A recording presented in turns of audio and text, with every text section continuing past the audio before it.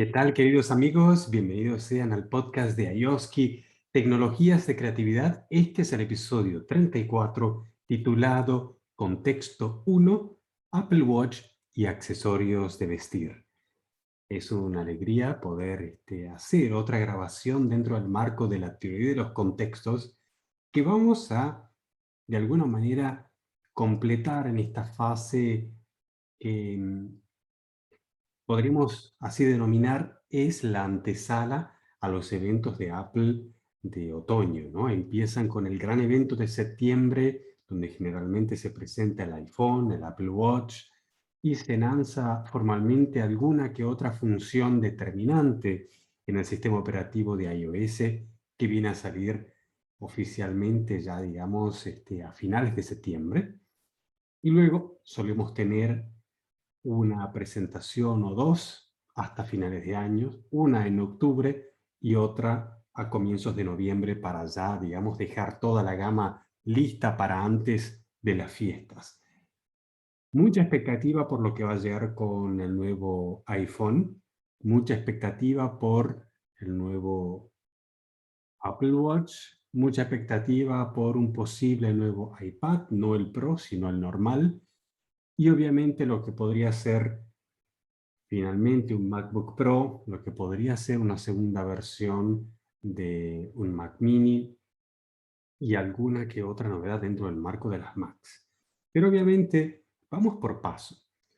Y en nuestra teoría, digamos así, de contextos versus versus la práctica, voy a proponer en este episodio de hoy para el primer contexto una serie de dicotomías o aparentes opuestos que entre sí les dan fuerzas. Con lo cual, si vamos a hablar de la teoría de los contextos, los pongamos o la pongamos en contraposición a la práctica de los contextos.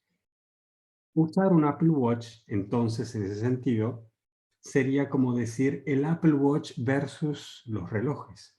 Porque hasta ahora, digamos, el concepto de un reloj viene de alguna manera desafiado por el reloj inteligente, que sería el Apple Watch.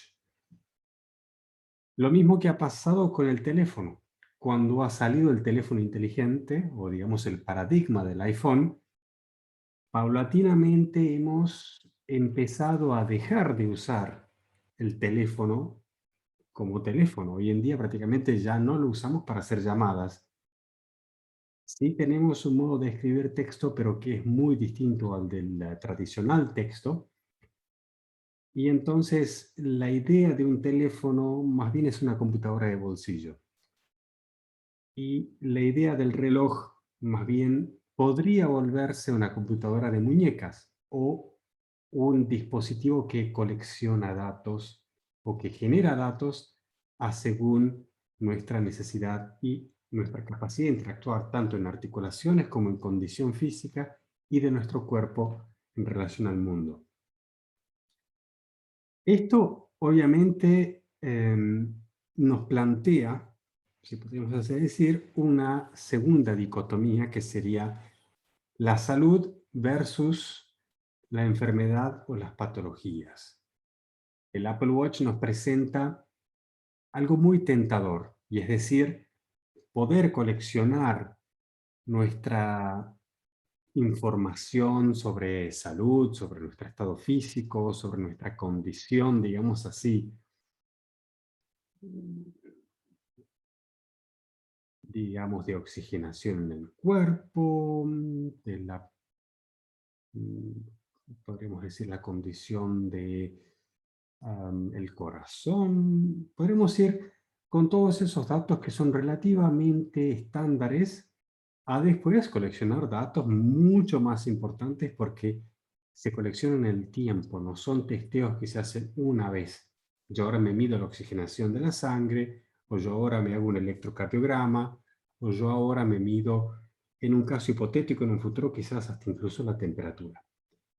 Pero otra cosa es coleccionar datos por mucho tiempo, meses y meses, años y años, con datos que tienen colección de informaciones constantes.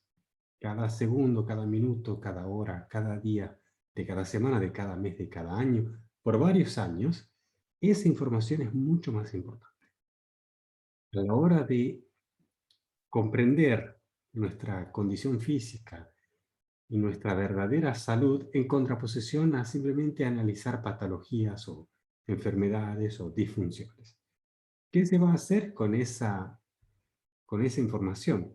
Ahí está obviamente lo que puede cambiar también este paradigma. Decíamos, dejar de ver el reloj como un reloj y verlo como una computadora de muñeca, y al mismo tiempo, si vamos a verlo como un accesorio que nos permite tener información para la salud, quizás en realidad comience a convertirse en un elemento que nos cause ansiedad, porque tarde o temprano nos va a terminar avisando de que de acuerdo a ciertas estadísticas, podríamos tener un infarto o podríamos tener propensión a tal o cual patología. Con lo cual, había, digamos, una ventaja en el no saber. Como así también había una ventaja en el no estar conectados hace 10, hace 15, hace 20 años. Había una ventaja, obviamente, antes de que existieran los teléfonos móviles, entonces a una llamada telefónica se le daba otro valor, se le daba otro valor también al valor de una cita.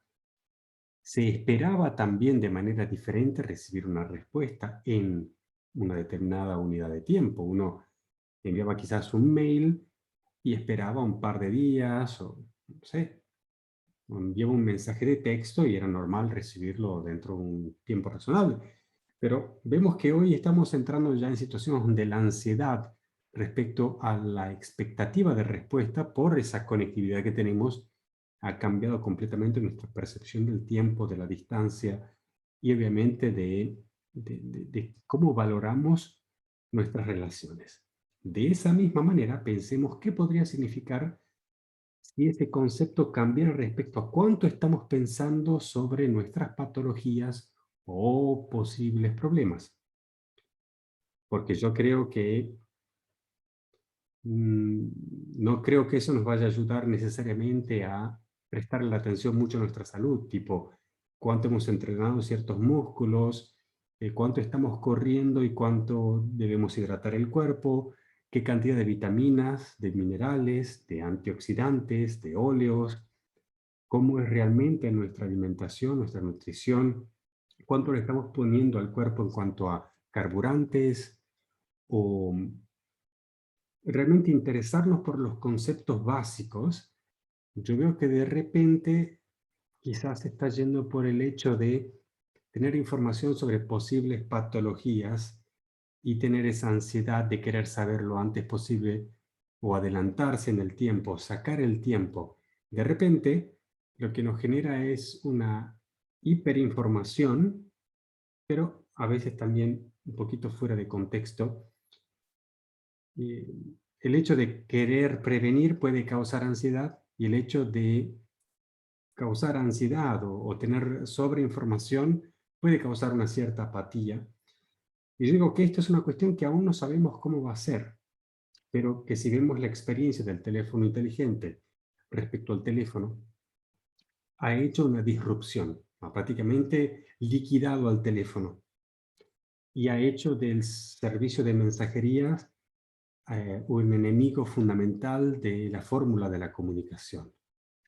Entonces, a veces estos puntos que son como opuestos o que se combaten, se dan fuerza entre sí y van a decantar o permiten que veamos algo que en esencia ya se está gestando desde hace mucho tiempo. Eso nos lleva al próximo punto, que es las rutinas versus las distracciones y la incapacidad de controlar las emociones y pensamientos. Obviamente, si uno no es capaz de controlar las propias emociones, los propios pensamientos, desde que uno se levanta, si es que logra levantarse, va a pasarse todo el día siendo efecto del primer o el último pensamiento que le pase por la mente o de la primera o la última emoción que de alguna manera, a través de un pensamiento, tome posesión de su ser. Nada que decir que si en la interacción humana o simplemente viendo la tele o leyendo las noticias, uno se queda enganchado en alguna cosa que lo impacta, que lo reestimula, que lo choquea un poquito. Hasta cierto punto creo que todos tenemos este problema. No sé hasta qué punto somos conscientes de cuánto logremos controlar o no nuestros pensamientos y emociones a voluntad. Como un actor puede generar cualquier tipo de emoción en un toque, también deberíamos nosotros, ¿no?, poder controlar nuestras emociones y generar la emoción necesaria para cada situación de manera analítica. Si estoy en un velorio, la tristeza es adecuada. Si estoy en una fiesta, la alegría es adecuada. Pero creo que esto es un desafío que corresponde al nuevo nivel de ser humano al que estamos aspirando en estos tiempos.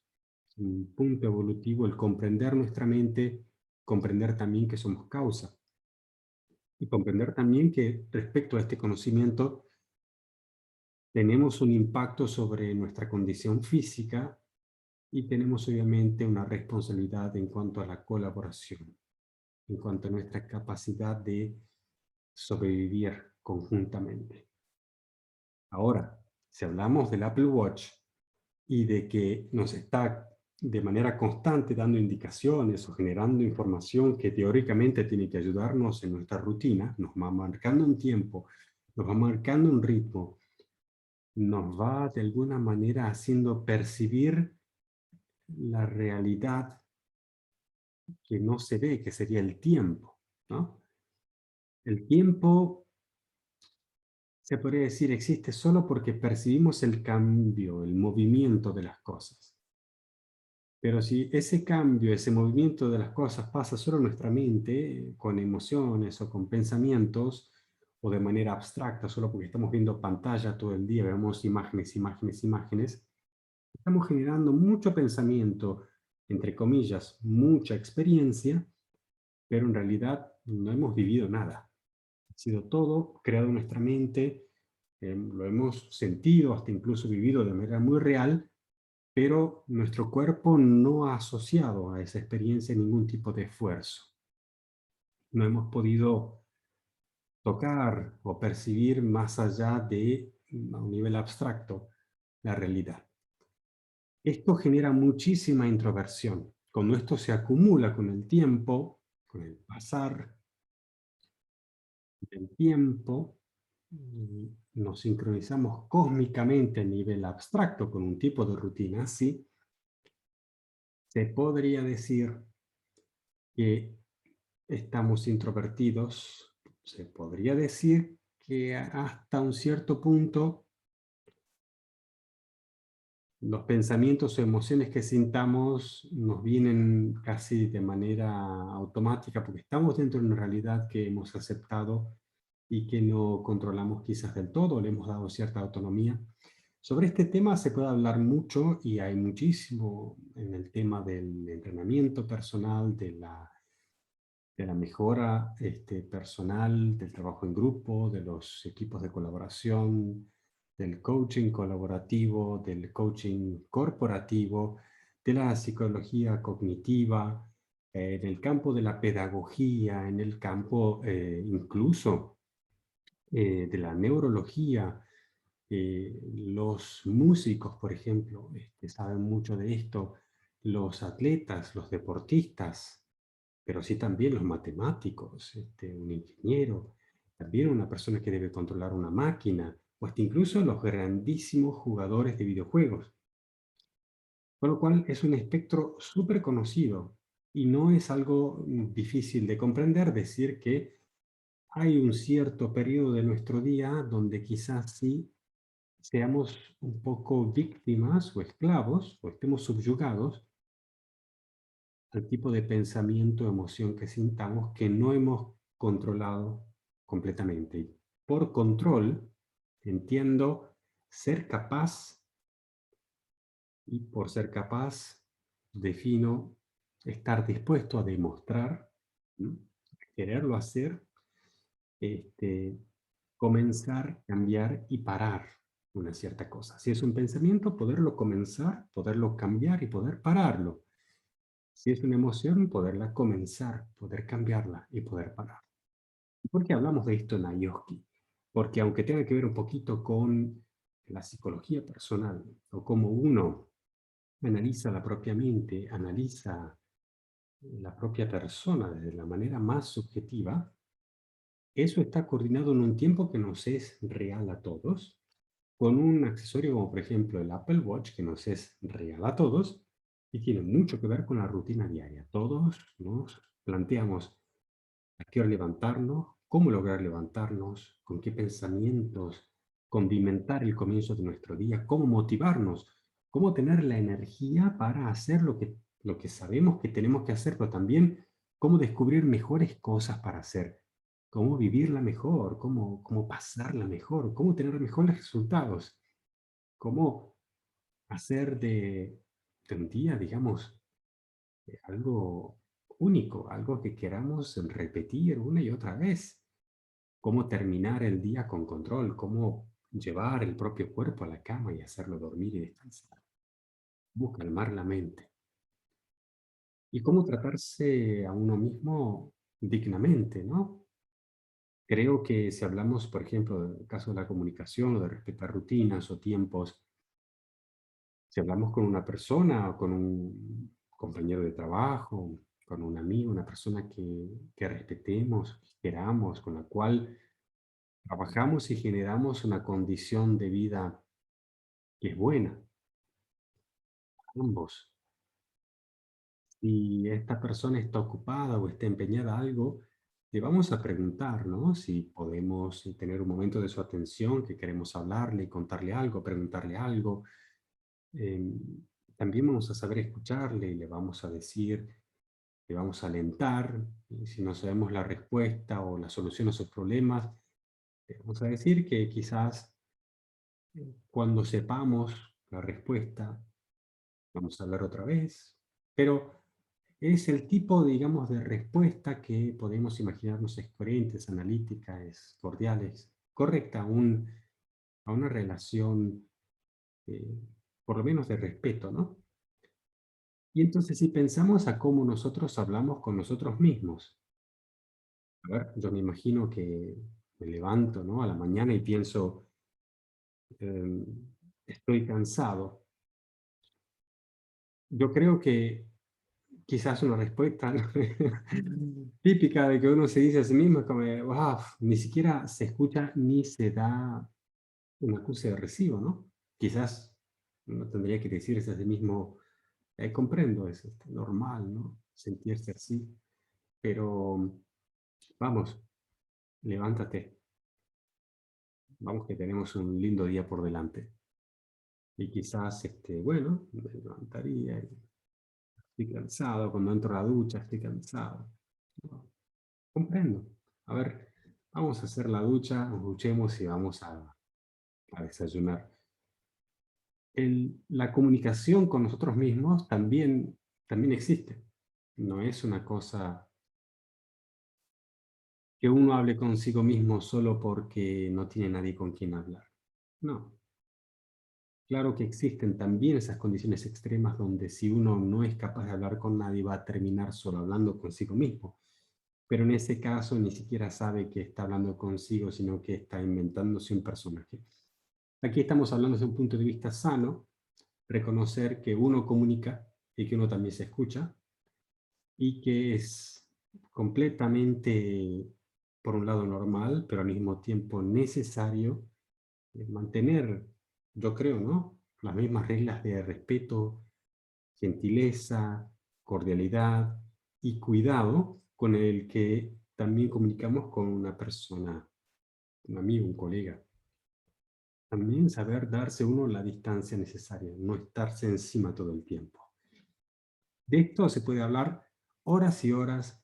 Seguramente estoy tocando un tema que conoces al detalle, pero si te interesara más del tema, puedes escuchar nuestro podcast de Vox Futura, Saber cómo saber, donde no entramos de lleno en la psicología ni en el coaching, vamos más bien en el tema, digamos así, de la lógica con la cual usamos para analizar distintos escenarios de la vida, para también tomar distancia de nuestros pensamientos y quizás elevarle la calidad.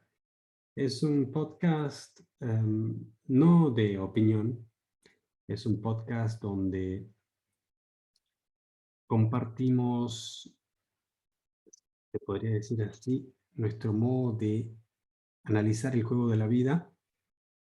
El moto es saber cómo saber, y creo que si este tema te llama la atención, vas a disfrutar de unirte a la comunidad de Inbox Autora. Aquí en Ayoski, por el contrario, intercambiamos opiniones. Aquí en Ayoski no queremos resolver el mundo con un pensamiento y listo, ¿no? Aquí en Ayoski queremos hacer una mesa redonda, intercambiar cada uno un poquito su punto de vista, su opinión, su experiencia. Esto es análisis de tecnología de consumo desde un punto de vista del diseño, es decir, el uso, la teoría y la práctica, el teje y maneje, el ida y vuelta, la rutina, el hábito, el hacerlo una y otra vez, más allá de cuánto sea correcto o menos, lo que te funciona, lo que te gusta, el modo de hacerlo, la cultura, es lo que se construye, ¿no? Bueno, vamos entonces al próximo punto, que serían los accesorios de vestir.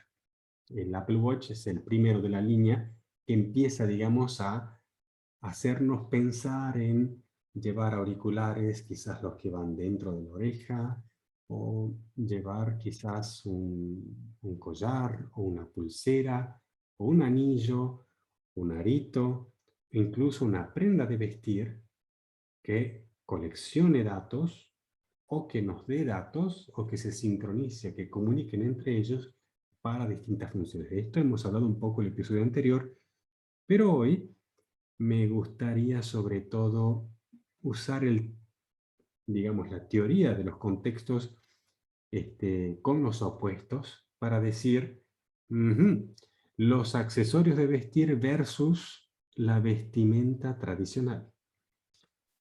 La vestimenta tradicional para cubrir y proteger el cuerpo, también para para hacer, digamos, un manifiesto de moda, de cultura o de filosofía de vida, o de la propia profesión o del propio estilo de vida o de trabajo. Pero aquí estamos entrando en una disrupción de la vestimenta tradicional, donde el accesorio de vestir empieza a tomar quizás un rol distinto. Y aquí vamos al próximo punto, que sería un punto sobre el cual podremos estar discutiendo desde ahora hasta, yo creo, un par de años, y serían los textiles como computadoras versus nuestra piel. Y es el próximo punto, los implantes y los sistemas mixtos invisibles. Estamos ya en la época donde podríamos decir, ¿es nuestra piel un textil o es un órgano? ¿Es nuestra piel también un accesorio de vestir, aunque pertenezca a nuestro cuerpo y no lo podamos cambiar? Sí, podemos hacerle un tatuaje. Ah, sí, podríamos ponerle un implante, ponerle un chip. Sí, podríamos también, creo que en un futuro no muy lejano, hacerle cambios significativos. Entonces ahí empieza ya a cambiar un poco la definición. Le puedo introducir accesorios a mi piel, con lo cual lo convierto en un sistema mixto. Y ya hay mucha discusión sobre el hecho de que quizás eh, el cuerpo humano sea ya un mixto. Llevamos un teléfono inteligente con nosotros todo el tiempo, llevamos un reloj inteligente con nosotros todo el tiempo, podríamos llevar varios accesorios de vestir inteligentes, sincronizados y conectados todo el tiempo.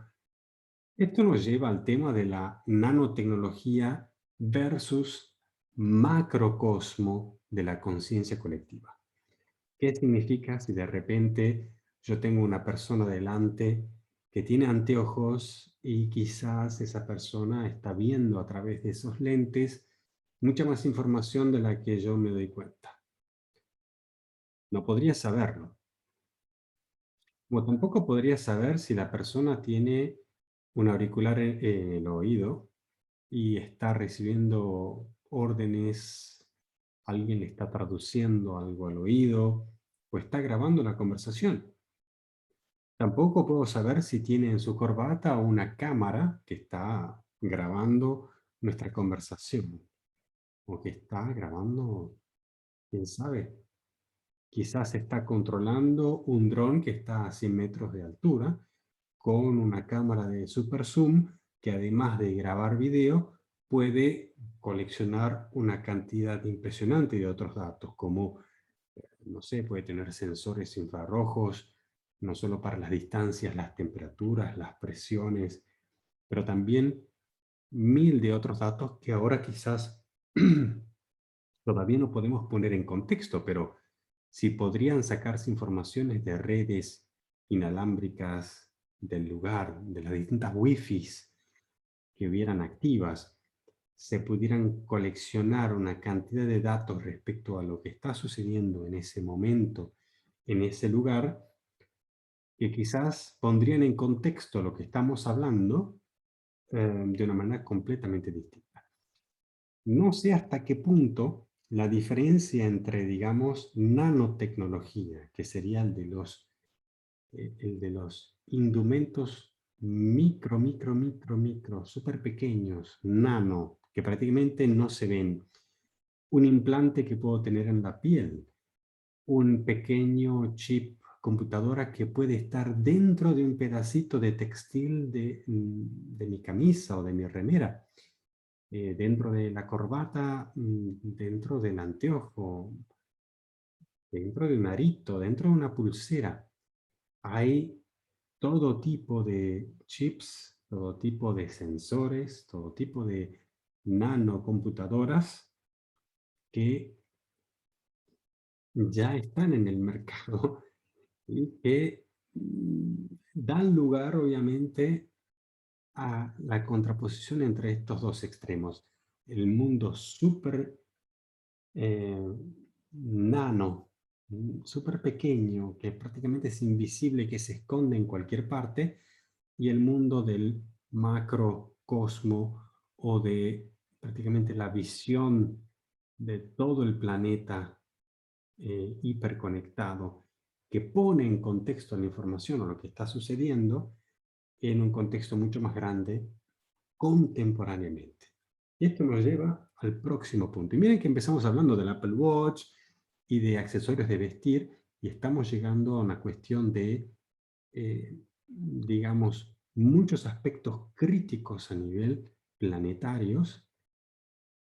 Y esto obviamente yo creo que es gran parte de lo que estamos viviendo, es gran parte no del futuro, sino del presente. Y sería Internet de la libertad versus la inteligencia artificial del control total.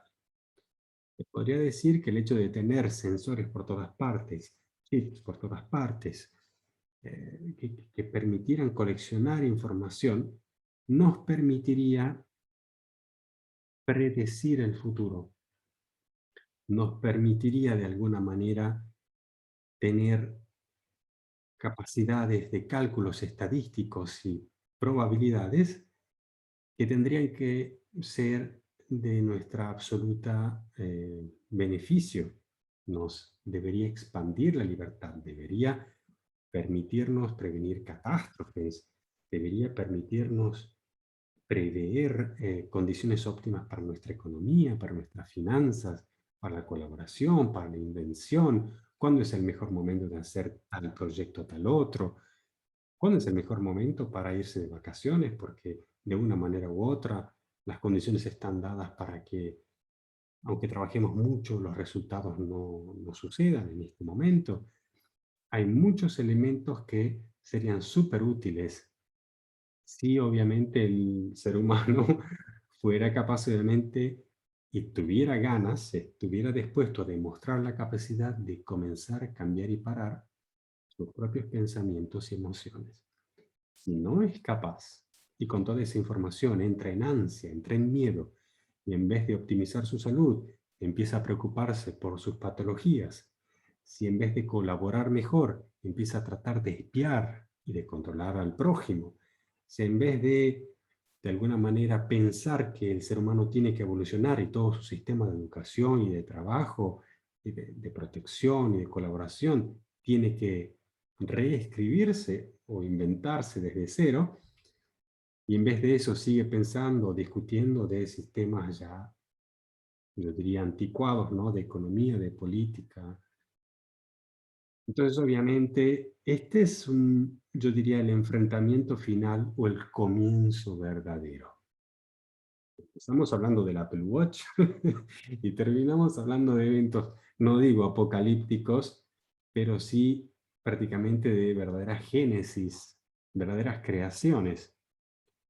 ¿Y por qué esto tiene mucho sentido? Porque todos estos accesorios inteligentes que eran lógicos que llegaran, marcan el final de una acumulación tecnológica, una acumulación de información, pero todas dentro de un universo que ya es viejo, que ya es muy conocido y que ha sido formado por un modo de pensar, por un modo de vivir, por un modo de sentir, que ha estado plagado de guerras, que ha estado plagado también de pensar que la incertidumbre tiene que ver con la falta de conocimiento. Entonces hemos querido generar siempre más datos, pero fijémonos que ahora que cuanto más datos tenemos, más incertidumbre hay, más ansiedad hay. No nos ayuda a saber que hay un problema mundial, ¿sí? El conocimiento del problema no nos está haciendo que pensemos de manera más analítica. Lo confirman los enfrentamientos actuales entre las diversas teorías más radicales y más opuestas sobre cómo resolver los problemas que tenemos de manera colectiva. Con lo cual, queridos amigos, aquí terminada la primera media hora de análisis, este es el contexto 1 que hemos denominado Apple Watch y accesorios de vestir. Un tema súper candente para esta mesa redonda de Yoski y que les propongo en esta antesala a los eventos de septiembre, octubre y noviembre en Apple. Nos vamos a vestir de polémica, nos vamos a vestir cada uno, creo yo, con la túnica de la opinión, y no vamos a abandonar esta mesa redonda. Creo que hasta lo que queda de este 2021, estos pensamientos que ahora se plantean como un todo muy grande y muy vasto, en pocos meses va a quedar atrás. Yo creo que rápidamente esto se va a decantar como en un agua turbia. Es todo muy confuso y no se ve nada claro, pero cuando se espera un poquito, todas las partículas bajan hacia el fondo, el peso específico de esas partículas es muy distinto al del agua. Después uno finalmente puede ver claramente, y no había ninguna duda sobre qué es esencial. Hay que simplemente, creo yo, conocer los pesos específicos, las importancias que para cada uno de nosotros puedan tener y qué responsabilidades, obviamente, asumimos con ello. Y para el resto, creo que nos quedan buenos temas para discutir. Queridos amigos, esto ha sido IOSKI, Tecnologías de Creatividad. Volveremos en la próxima con el contexto número 2. Chao, chao.